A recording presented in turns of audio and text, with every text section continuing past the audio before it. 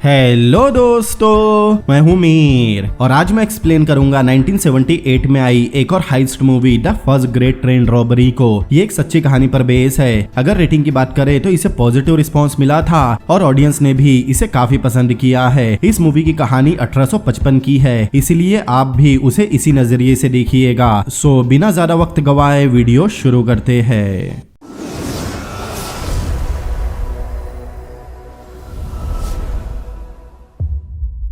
Movie की शुरुआत में हमें बताया जाता है 1855 के समय इंग्लैंड और फ्रांस रशिया के खिलाफ यूक्रेन के क्रीमिया में जंग लड़ रहे थे। तब इंग्लैंड के सिपाहियों को पैसों की जगह गोल्ड दिया जाता था। महीने में एक बार 25,000 पाउंड के सोने के बार लंदन का एक बैंक मजबूत बॉक्सेस में रखकर अपने भरोसेमंद गार्ड के साथ रेलवे स्टेशन भिजवाता था। वो गार्ड किसी भी समय और किसी भी रास्ते से रेलवे स्टेशन जाते थे। उनका कोई फिक्स रूट या टाइम टेबल नहीं था। रेलवे स्टेशन पहुंचते ही गोल्ड को फोक्सटन जाने वाली ट्रेन के लगेज कंपार्टमेंट में रखा जाता था। फोक्सटन के बाद सोना क्रीमिया भेज दिया जाता। उन सोने से भरे बॉक्सेस को रखने के लिए उस ट्रेन में बहुत ही मजबूत 2 सेफ बनाई गई थी। 1855 के समय उन सेफ को क्रैक करना नामुमकिन था। एक एक सेफ की 2 चाबियां थी, मतलब टोटल 4 चाबियां। उनमें से 2 चाबियां रेलवे स्टेशन के ऑफिस में रखी होती, जहां 24 घंटे सिक्योरिटी रहती। तीसरी चाबी मिस्टर एडगर ट्रेन नाम के आदमी के पास रहती, जो उस बैंक का प्रेसिडेंट था जहां से सोना लाया जाता था। और चौथी चाबी मिस्टर हेनली फॉलर के पास रहती, जो उस बैंक का मैनेजर है। इन चारों की के बिना उन सेफ को खोल पाना नामुमकिन है, क्योंकि उस वक्त इतने टूल्स बने ही नहीं थे। अब इतना सारा गोल्ड एक जगह होने से क्रिमिनल की नजर तो उस पर पड़नी ही थी। लेकिन 1855 से पहले कभी किसी चलती ट्रेन में चोरी नहीं हुई थी, इसीलिए हर किसी को ये चोरी इम्पॉसिबल लगती थी। अब वो ट्रेन स्टेशन से निकलती है,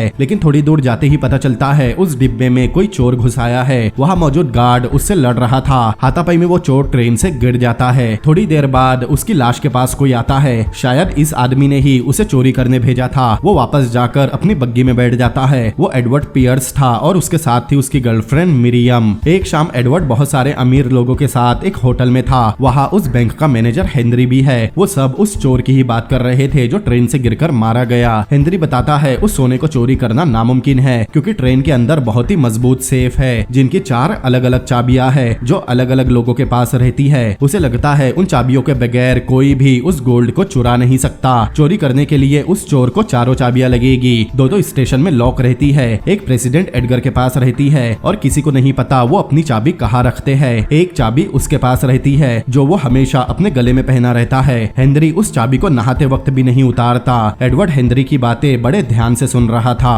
अब घर में मिरियम से बात करने पर हमें पता चलता है वो सभी लोग एडवर्ड को एक बिजनेसमैन समझते हैं और ये चोरी उन सभी को नामुमकिन लगती है। अगले सीन में हम एगर नाम के आदमी को देखते हैं। वो कुछ आदमियों के साथ किसी का इंतजार कर रहा था। थोड़ी देर बाद वहाँ एक लेडी आ रही थी। उसे देखते ही एगर अपने आदमियों को इशारा करता है। अब सभी उस लेडी का पीछा करने लगते हैं। 2 आदमी उस लेडी के आगे चल रहे थे और एगर एक आदमी के साथ उसके पीछे था। कुछ देर बाद सामने वाला आदमी गिरने का नाटक करता है और दूसरा आदमी उसे संभालता है। अब एगर एक दुकान के पास जाकर अपनी ड्रेस ठीक करने लगता है। तब उसके पास एडवर्ड आकर कहता है उसने बहुत बढ़िया चोरी की। एडवर्ड ने उसे चोरी करते हुए देख लिया था। यहाँ हमें फ्लैशबैक दिखाया जाता है। सामने चल रहे दोनों आदमियों ने लोगों का ध्यान भटकाया और मौका मिलते ही एगर ने उस लेडी का पर्स चुराकर चौथे आदमी को दे दिया। एगर हाथ की सफाई में बहुत माहिर है। अब एडवर्ड उसे अपने साथ एक काम करने का ऑफर देता है। इस काम के लिए उन्हें चाबियों की छाप लेकर नकली चाबियां बनानी है और एगर को चाबियां बनानी आती भी है। अब अमाउंट इतना ज्यादा था कि एगर भी उसके साथ काम करने मान जाता है।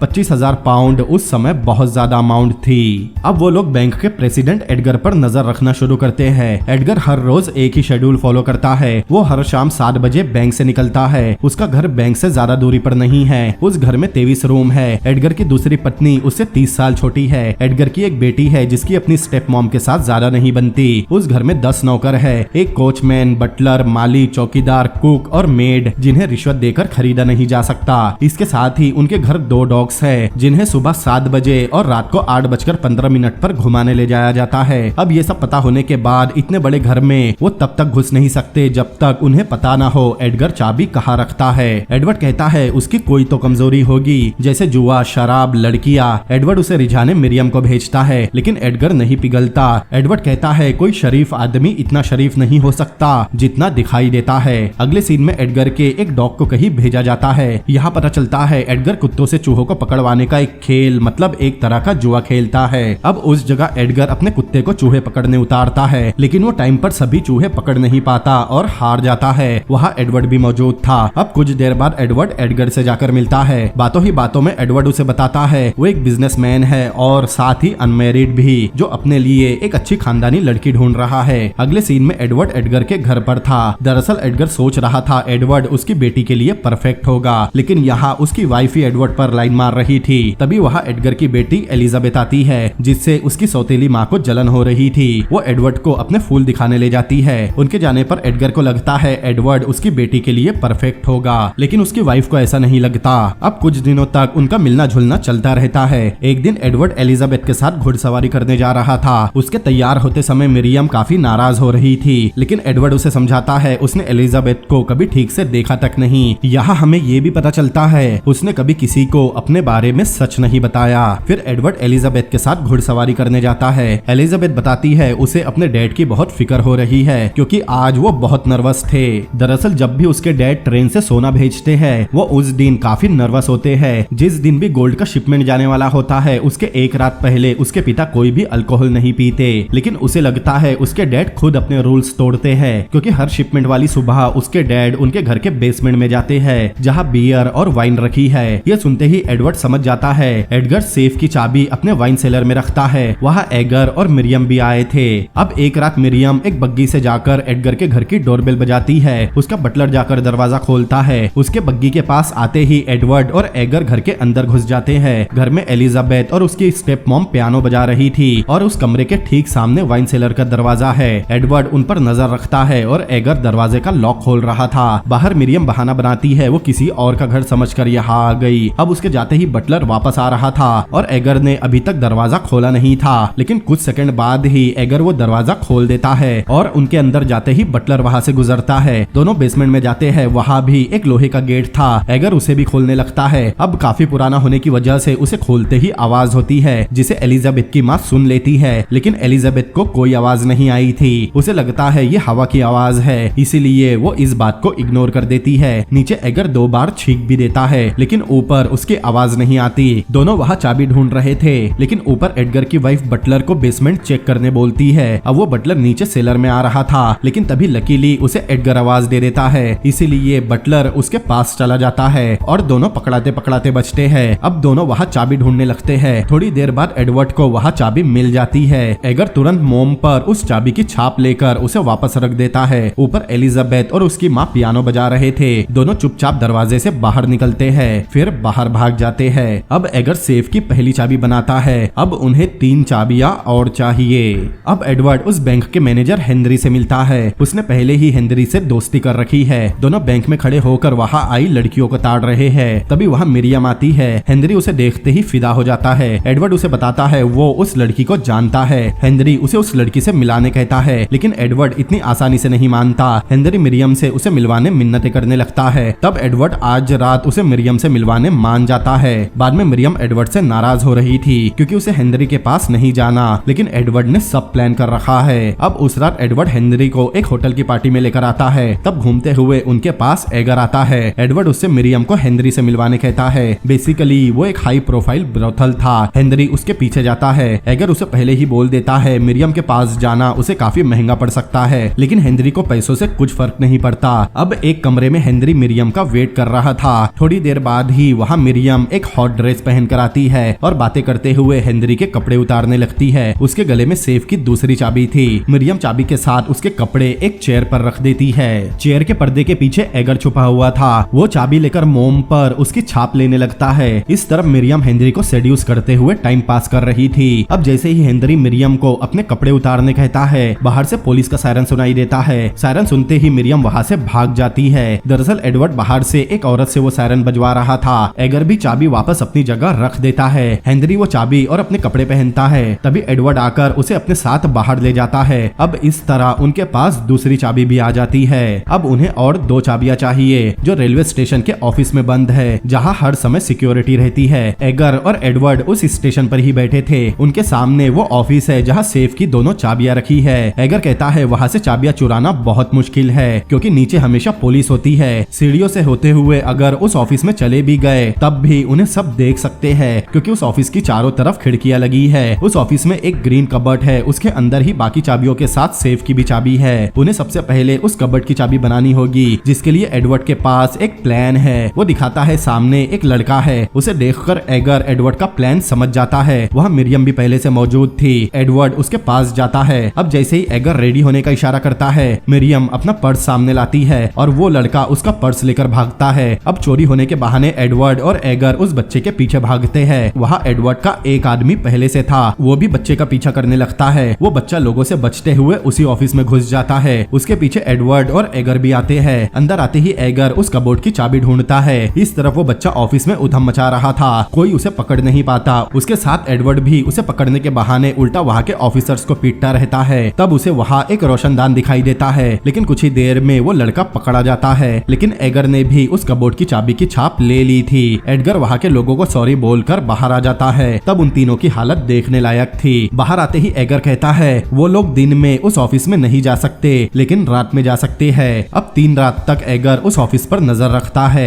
रात में वहाँ एक ही ऑफिसर रहता है लेकिन वो बहुत ज्यादा डेडिकेट है। वो दूसरे ऑफिसर से भी ऊपर से ही बात करता है, नीचे नहीं आता। ठीक रात 2 बजे वो अपना खाना खाता है लेकिन 2:30 बजे एक बियर पीने नीचे जाता है। एगर ने उसके जाने और वापस आने का टाइम नोट कर लिया था। यही उसका रोज का रूटीन है। अगले दिन एगर बताता है उस गार्ड को जाने और वापस आने में 75 सेकंड लगते हैं। 75 सेकंड के अंदर उसे ऑफिस में जाकर उन चाबियों में सेफ की चाबियां ढूंढकर दोनों चाबियों की छाप लेकर वापस आना होगा। 75 सेकंड में ये काम करना नामुमकिन है, जबकि एगर लंदन का सबसे माहिर चोर है। लेकिन अगर कोई अंदर से ऑफिस का दरवाजा और कबर्ड का दरवाजा खोल कर रखे तब ये काम हो सकता है। अब ऑफिस के अंदर सिर्फ उस रोशनदान से जाया जा सकता है जिसे एडवर्ड ने देखा है, लेकिन इसके लिए उन्हें एक माहिर आदमी चाहिए। एगर विली उर्फ स्नेकमैन नाम के आदमी को जानता है जो ये काम आसानी से कर सकता है, लेकिन फिलहाल वो जेल में बंद है। बाहर से उस स्टेशन को देखकर एगर को यकीन हो जाता है ये काम सिर्फ विली ही कर सकता है।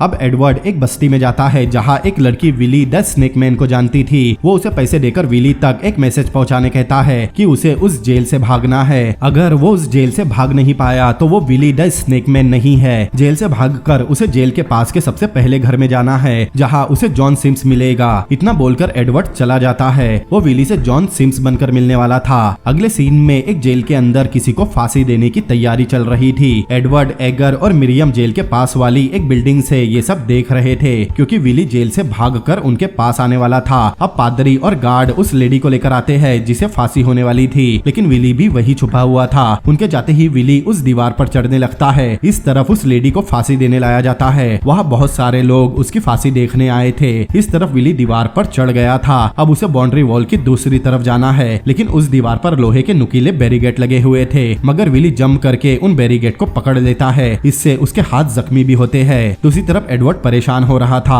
क्योंकि विली को अभी तक आ जाना चाहिए था। दूसरी तरफ विली किसी तरह उस दीवार को पार करके छत पर आ जाता है। इस तरफ उस लेडी को फांसी होती है। दूसरी तरफ विली छत से बचता हुआ जा रहा था। एडवर्ड और सभी को लगता है अब विली नहीं आएगा, लेकिन तभी वो आ जाता है। अगले सीन में एगर प्लेटफॉर्म से उस ऑफिस में जाने और चाबियों की छाप लेने की प्रैक्टिस कर रहा था। उसे 75 सेकंड में ये करना था, लेकिन हर बार वो लेट हो जाता है। अब एडवर्ड के साथ थोड़ी बहस के बाद एगर फिर से प्रैक्टिस करता है और इस बार वो 75 सेकंड से पहले ये कर लेता है। अब अगली रात उन्हें चाबियां चुरानी थी। विली रात में स्टेशन की बिल्डिंग पर चढ़ता है। उसे काफी देर लगती है, लेकिन वो चढ़ जाता है। नीचे वो गार्ड ऑफिस के सामने तैनात था। उसके ठीक सामने एक रुकी हुई ट्रेन में एगर और पिलर के पीछे एडवर्ड खड़ा था। थोड़ी देर बाद वो देखते हैं विली ऑफिस के ऊपर आ गया है। फिर विली ऑफिस की छत पर बने रोशनदान से अंदर घुसता है। फिर कबर्ड और दरवाजा खोलकर अंदर छुप जाता है। बाहर वो गार्ड अपना खाना खा रहा था। सब उसके जाने का वेट कर रहे थे, लेकिन तभी ऑफिस का दरवाजा खुल जाता है, जिस पर विली का ध्यान नहीं जाता।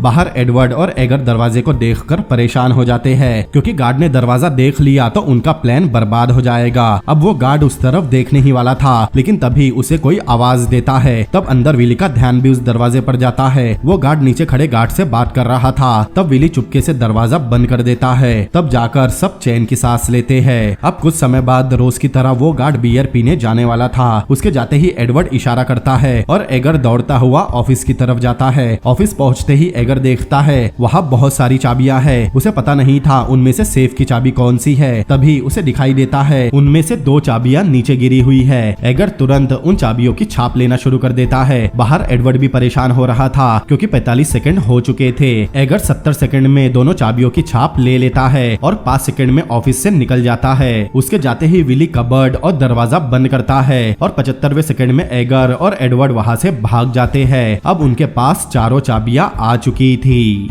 अब एक रात कब्रिस्तान में ट्रेन का वो गार्ड आता है जो उस डिब्बे में रहता है जहाँ तिजोरी रहती है। यहाँ में पता चलता है एडवर्ड ने उसे खरीद लिया है। कल एगर चाबियों को चेक करने उस डिब्बे में आने वाला है। फिर एडवर्ड उसे पैसे देकर भेज देता है। अगले दिन एगर एक बंदर लेकर ट्रेन में आता है। पहले वो गार्ड उसे रोकता है लेकिन एगर को अपने बंदर के साथ ही जाना था क्योंकि वो बंदर बहुत महंगा है। अब थोड़ी दूर जाते ही एगर अपनी चाबियों को चेक करता है। वो परफेक्ट चाबियां थी, उनसे सेफ खुल जाती है। फिर एडवर्ड मिरियम को बताता है गोल्ड का अगला शिपमेंट इसी हफ्ते जाने वाला है और वो इसी हफ्ते चोरी करेंगे। एगर सेफ में रखे गोल्ड को उन स्टील की रॉड से बदल देगा। फिर गोल्ड को बैग में भरकर बाहर फेंक देगा। बाहर से उनका आदमी गोल्ड उठाकर अगले स्टेशन पर आ जाएगा। उस समय दोनों उस ट्रेन के फर्स्ट क्लास डिब्बे में होंगे। मिरियम पूछती है इन सब के बाद वो कहाँ जाएंगे। उसे लग रहा था एडवर्ड उसे छोड़ देगा लेकिन वो कहता है वो गोल्ड लेकर साथ में पेरिस जाएंगे। ये सुनकर मिरियम खुश हो जाती है लेकिन दूसरी तरफ हम देखते हैं विली को पुलिस ने पकड़ लिया है। ऑफिसर जिमी विली के नाम से मिस्टर सिम्स मतलब एडवर्ड के लिए एक लेटर लिखवा रहा था जिसमें विली उसे मिलने बुला रहा है। अब विली को वापस जेल नहीं जाना था इसीलिए उसने ऑफिसर जिमी को सब कुछ सच बता दिया था लेकिन उसे भी पता नहीं था एडवर्ड क्या करने वाला है। उसे बस इतना पता है मिस्टर सिम्स मतलब एडवर्ड किसी चोरी की प्लानिंग कर रहा है। अब ऑफिसर जिमी एडवर्ड को पकड़ने तैयार था।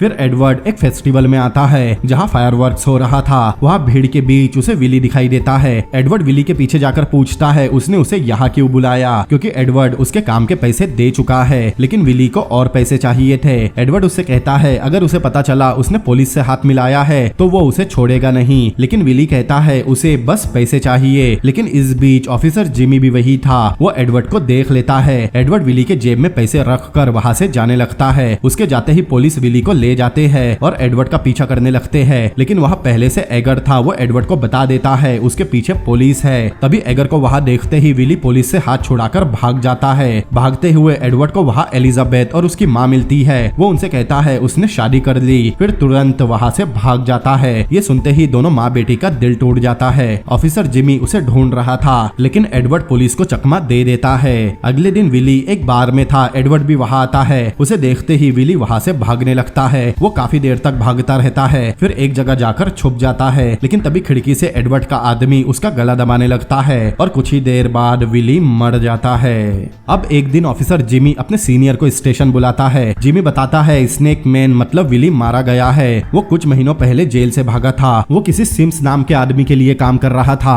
विली के मरने से अब उनके पास सिम्स का कोई भी क्लू नहीं है। विली कुछ दिन पहले रेलवे स्टेशन के ऑफिस में घुसा था। फिर सिम्स के साथी ने किसी चाबी की छाप ली। दरअसल जिमी को लग रहा था ये सब प्लानिंग सिम्स गोल्ड चुराने कर रहा है लेकिन ये सुनकर उसके सीनियर को यकीन नहीं होता क्योंकि आज तक चलती ट्रेन में कभी चोरी नहीं हुई। अब कल गोल्ड का अगला शिपमेंट जाने वाला है इसीलिए ऑफिसर जिमी ट्रेन के उस डिब्बे पर लॉक लगवाता है। साथ ही गोल्ड ट्रेन में जाने तक एक्स्ट्रा गार्ड रहेंगे और वो खुद फोक्सटन स्टेशन पर मौजूद रहेगा। लेकिन एगर वह टहलते हुए उनकी बातें सुन लेता है। एगर एडवर्ड को बताता है उनकी सारी मेहनत बर्बाद हो गई क्योंकि पुलिस उस डिब्बे पर लॉक लगा रही है। वो लॉक तब तक नहीं खुलेगा जब तक ट्रेन फोक्सटन स्टेशन नहीं पहुंचती। साथ ही अब उस डिब्बे में गार्ड के अलावा कोई नहीं जा सकता। अगर कोई भी चीज उस डिब्बे में गई भी तो पहले उसकी अच्छे से चेकिंग की जाएगी। अगर वो किसी तरह उस डिब्बे में चला भी गया तब भी फोक्सटन आने से पहले बाहर नहीं निकल पाएगा। फोक्सटन स्टेशन पर पुलिस उसका इंतजार कर रही होगी और ये सब एडवर्ड की वजह से हो रहा है क्योंकि पुलिस को पता चल गया है मिस्टर सिम्स गोल्ड चुराने की प्लानिंग कर रहा है। एगर कुछ ज्यादा ही परेशान हो रहा था क्योंकि उनके इतने महीनों की प्लानिंग बर्बाद हो गई। तब एडवर्ड उससे एक ही बात कहता है वो जाकर एक बिल्ली की डेड बॉडी लेकर आए। अब अगला मतलब शिपमेंट का दिन आता है। गार्ड बैंक से गोल्ड लाकर ट्रेन के डिब्बे की तिजोरी में रखते हैं। तभी एक गार्ड देखता है वहाँ मिरियम एक कॉफिन के पास खड़ी रो रही है। वो गार्ड जाकर उससे बात करता है। वो बताती है उसे अपने भाई की लाश फोक्सटन ले जानी है, लेकिन सामने वाले गार्ड ने उसे कॉफिन खोलकर दिखाने कहा है। उस कॉफिन में एक घंटी भी लगी थी। मिरियम बताती है उसके भाई को जिंदा दफन होने से बहुत डर लगता था, इसीलिए उसने कॉफिन में बेल लगवाई थी। अब मिरियम की खूबसूरती देखकर वो गार्ड जाकर पहले वाले गार्ड से बात करता है, लेकिन वो रूल के मुताबिक ही चल रहा है। तभी वहाँ गार्ड्स का सीनियर आता है। वो उन्हें साफ साफ कह देता है कोई भी चीज चेक किए बगैर ट्रेन में ना रखी जाए। वहाँ बहुत बदबू आ रही थी। वो गार्ड बताता है बदबू उस कॉफिन से आ रही है, उस लेडी को कॉफिन ट्रेन में रखवाना है। ये सुनकर वो सीनियर कॉफिन खोलकर देखने कहता है। तभी उस कॉफिन पर लगी बेल बजने लगती है। मिरियम चिल्लाने लगती है कि उसका भाई जिंदा है। सभी गार्ड आकर तुरंत कॉफिन खोलने लगते हैं। कॉफिन खोलते ही उसमें सड़ रही डेड बॉडी थी। ये देखते ही मिरियम बेहोश होने का नाटक करती है। गार्ड उसे संभालते हुए कहता है हवा चलने की वजह से बेल बजी थी। अब गार्ड्स ने कॉफिन देख लिया था, इसीलिए वो कॉफिन उठाकर ट्रेन में रखने लगते हैं। लेकिन यहाँ हमें पता चलता है वो लाश नहीं एगर है। वो मेकअप करके लाश बनने का नाटक कर रहा था। थोड़ी दूर खड़े एडवर्ड भी ये सब देख रहा था। वो काफी खुश होता है क्योंकि उसका प्लान काम कर गया। एडवर्ड देखता है गार्ड्स का सीनियर सब कुछ चेक करने के बाद उस डिब्बे को बाहर से ताला लगा देता है। एडवर्ड उस लॉक को ध्यान से देखता है, फिर मिरियम के पास आता है। मिरियम उससे पूछती है वो ये कर पाएगा क्योंकि उनकी सीट तिजोरी के डिब्बे से बहुत दूर है, लेकिन उसके पास कोई दूसरा रास्ता नहीं है। लेकिन तभी उन्हें सामने हेनरी दिखाई देता है। उसे देखते ही एडवर्ड कहता है मिरियम को हेनरी के साथ उसके कंपार्टमेंट में जाना होगा। वो तीनों एक साथ एक कंपार्टमेंट में नहीं जा सकते वरना उनका प्लान फेल हो जाएगा। अब हेनरी आकर उनसे मिलता है। एडवर्ड उसे मिरियम से मिलाता है। हेनरी मिरियम से कुछ महीने पहले मिला था, इसीलिए उसे मिरियम ठीक से याद नहीं थी। एडवर्ड कहता है मिरियम अपने भाई की लाश के साथ ट्रेवल कर रही है, लेकिन उसे कॉफिन के पास जाने की इजाजत नहीं मिली। तब हेनरी कहता है उसका कंपार्टमेंट खाली है। अब एडवर्ड हेनरी को आंख मारते हुए कहता है वो मिरियम को अपने साथ ले जाए, उसने खुद के लिए अलग अरेंजमेंट कर रखे हैं। अब हेनरी था तो पहले से ठरकी, वो खुशी खुशी मिरियम को अपने साथ ले जाने मान जाता है। अब उन दोनों के जाते ही एडवर्ड अपने कंपार्टमेंट में जाता है। फिर थोड़ी देर बाद ट्रेन चल पड़ती है। अब ट्रेन के थोड़ा आगे जाते ही एगर कॉफिन में से चिल्लाकर उस गार्ड को आवाज देता है। उसे भी यकीन नहीं होता एगर जिंदा है। उन्होंने पहले ही उस गार्ड को खरीद लिया था। वो तुरंत एगर को बाहर निकालता है। उस कॉफिन में एक मरी हुई बिल्ली थी जिससे बदबू आ रही थी। इस तरफ हेनरी मिरियम पर लाइन मार रहा था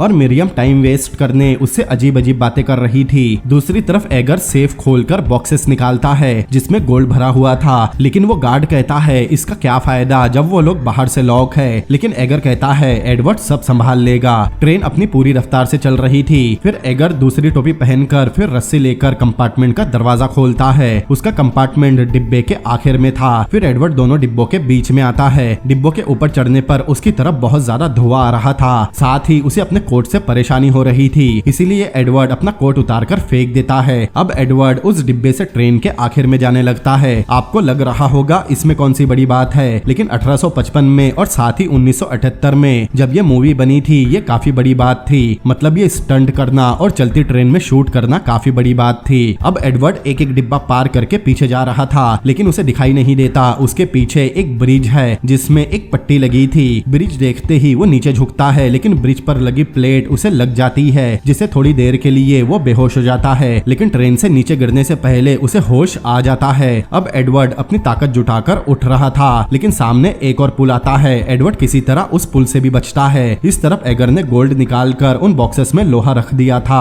और ऊपर एडवर्ड उसी तरफ आ रहा था। उसे ट्रेन के धुएं और आवाज से परेशानी हो रही थी। तभी एक और पुल आता है। एडवर्ड उससे भी बचता है। इस तरफ एगर का काम खत्म हो गया था और एडवर्ड भी किसी तरह उस डिब्बे तक पहुंच गया था। उस ट्रेन के हर डिब्बे में हवा आने जाने 3 वेंटिलेशन पाइप लगे थे। एडवर्ड खुद को रस्सी से बांधकर रस्सी के दोनों सिरे उन पाइप्स के अंदर डालता है। अब एक तरफ से एगर और दूसरी तरफ से वो गार्ड रस्सी पकड़ता है। एडवर्ड का इशारा मिलते ही दोनों रस्सी ढीली करते हैं और वो रस्सी के सहारे उस डिब्बे के गेट के पास आता है। थोड़ी कोशिशों के बाद एडवर्ड गेट तक पहुंच जाता है। उसके पास पहले ही बहुत सारी नकली चाबियां थी। अब एडवर्ड वहां लगे ताले को खोलने की कोशिश करने लगता है। इस तरफ मिरियम ने किसी तरह हेनरी को अपनी बातों में उलझाए रखा था, लेकिन हेनरी उसके करीब आने लगता है। इस तरफ थोड़ी बहुत कोशिशों के बाद एडवर्ड से वो लॉक खुल जाता है। फिर दोनों उसे अंदर खींचते हैं। अब उनकी तय की गई जगह पहले से एडवर्ड का आदमी उनका इंतजार कर रहा था। अंदर आने पर एगर देखता है एडवर्ड के कपड़े और चेहरा खराब हो गया है। वो अपना चेहरा तो साफ कर लेगा, लेकिन उसे अपने कपड़े बदलने होंगे। उसने अपना कोट भी फेंक दिया था, इसीलिए अब उसे एगर का कोट चाहिए। अब ना चाहते हुए भी एगर को अपना कोट देना पड़ता है। अब सही जगह आते ही दोनों गोल्ड के बैग बाहर फेंक देते हैं, जिन्हें एडवर्ड का आदमी उठा लेता है और इस तरह उनकी चोरी कामयाब होती है। अब एडवर्ड को वापस जाना था।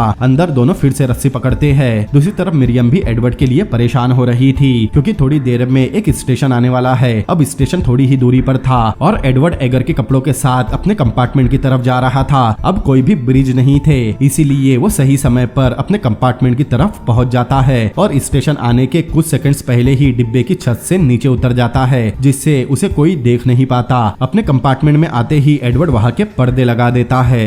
थोड़ी देर बाद ट्रेन उस स्टेशन से आगे बढ़ती है। एगर गार्ड की मदद से वापस अपने कॉफिन में लेट जाता है। दूसरी तरफ एडवर्ड भी अपने कपड़े बदलता है, लेकिन इस तरफ मिरियम की बातें सुनते सुनते हेनरी उस पर टूट पड़ता है, लेकिन मिरियम किसी तरह उसे खुद से दूर कर देती है। इस तरफ कपड़े बदलने के बाद एडवर्ड खुद को साफ करता है, क्योंकि ट्रेन के धुएं से उसका चेहरा काला हो गया था। अब कुछ ही देर बाद ट्रेन फोक्सटन स्टेशन पर पहुंच जाती है। वहां भी पहले से गार्ड्स तैनात थे। अब मिरियम अपने भाई मतलब एगर का कॉफिन उतारती है। सब कुछ प्लान के मुताबिक हुआ था, किसी को कोई शक नहीं हुआ। मिरियम कॉफिन लेकर बाहर चली जाती है। दूसरी तरफ उन सेफ को खोला जाता है, उसमें गोल्ड के बॉक्सेस वैसे ही रखे थे। हेनरी भी वही था, उसे अभी भी लग रहा था यहाँ चोरी हो ही नहीं सकती। दूसरी तरफ एडवर्ड अपने कंपार्टमेंट से बाहर निकलता है, लेकिन बाहर निकलते ही उसका कोट पीछे से फट जाता है। अब वो जल्दी से स्टेशन से बाहर निकल रहा था। बाहर एडवर्ड का वो आदमी घोड़ा गाड़ी के साथ खड़ा था, जिसने गोल्ड्स के बैग उठाए हैं। उसके साथ मिरियम भी थी और कुलियों ने कॉफिन भी घोड़ा गाड़ी में रख दिया था। मतलब तीनों बाहर आ चुके थे। अब एडवर्ड का इंतजार था। एडवर्ड भी स्टेशन से बाहर निकल रहा था, लेकिन सामने ऑफिसर जिमी कुछ ऑफिसर्स के साथ बात कर रहा था, इसीलिए एडवर्ड चुपचाप उसके बाजू से निकल रहा था। उसे देखकर मिरियम बहुत खुश होती है, लेकिन उसे ऑफिसर जिमी देख लेता है। वो उसे मिस्टर सिम्स नाम से जानता था, जो उसे विली ने बताया था। उसका फटा हुआ कोट देखते ही जिमी अपने ऑफिसर से एडवर्ड को पकड़ने कहता है। सभी ऑफिसर तुरंत ही उसे पकड़ लेते हैं। ये देखते ही मिरियम और एडवर्ड के आदमी को शॉक लगता है, लेकिन वो घबराते नहीं, फिर तुरंत वहां से निकल जाते हैं और पुलिस एडवर्ड को पकड़कर ले जाती है। अगले सीन में एडवर्ड कोर्ट में था। उसने कोर्ट को बता दिया था उसने ये चोरी कैसे की, क्योंकि पुलिस इस चोरी को लेकर बहुत कंफ्यूज थी। वहाँ एडगर, उसकी बीवी और बेटी एलिजाबेथ भी मौजूद थे, साथ ही वहाँ हेनरी भी मौजूद था। अब जज बड़ी सख्ती से पूछता है उसने ये जघन्य अपराध क्यों किया, लेकिन एडवर्ड बड़ा ही सिंपल जवाब देता है, क्योंकि उसे पैसे चाहिए थे। ये सुनते ही कोर्ट में मौजूद सभी लोग हंसने लगते हैं। जिमी कहता है उसे इस क्राइम के लिए कम से कम 20 साल की सजा होगी। अब एडवर्ड को बाहर लाया जाता है। कोर्ट के बाहर बहुत सारे लोग थे। एडवर्ड के आते ही वो लोग उसे अप्रिशिएट करने लगते हैं, यहाँ तक कि एक लेडी उसे किस भी कर लेती है। अब बग्गी के सामने आते ही एडवर्ड अपने मुंह से हथकड़ी की चाबी निकालता है, जो उसे उस लेडी ने दी थी जिसने उसे किस किया। बग्गी के सामने आते ही एडवर्ड उन गार्ड्स को मारकर दूर कर देता है। उस बग्गी का ड्राइवर और कोई नहीं बल्कि एगर ही था। अब एगर एडवर्ड को लेकर वहाँ से निकल जाता है और कोई कुछ नहीं कर पाता। और इसी के साथ ये मूवी भी यही एंड होती है। तो दोस्तों, कैसी लगी आपको ये मूवी मुझे कमेंट करके जरूर बताएं। अगर ये वीडियो आपको पसंद आया हो तो इस वीडियो को लाइक करें, अपने दोस्तों के साथ शेयर करें और ऐसी ही अमेजिंग मूवीज के एक्सप्लेनेशन देखने के लिए मेरे चैनल को सब्सक्राइब करें। तो मिलते हैं अगली बार किसी और अमेजिंग मूवी के एक्सप्लेनेशन के साथ। Peace out.